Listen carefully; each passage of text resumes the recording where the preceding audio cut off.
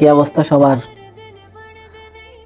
তো আজকে মুশফিকুজ্জামান, মেবি মুশফিক, তোমার সুসাইড করছে।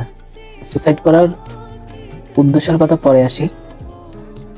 প্রাসঙ্গিকভাবে যে জিনিসটা আমরা জানছি বা যে নিউজটা আমরা শুনছি সেটা হচ্ছে যে দীর্ঘদিন যাবৎ এবং স্কুল লাইফ থেকে শুরু করে কলেজ লাইফ, ইভেন ভার্সিটি লাইফও ও একটা বুলিংয়ের শিকার হয়, সেটা হচ্ছে বডি শেমিং।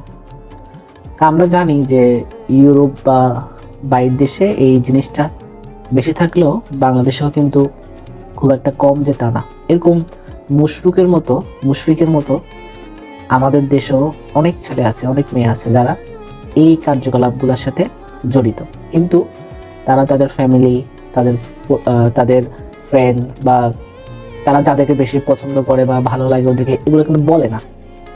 যেমন বডি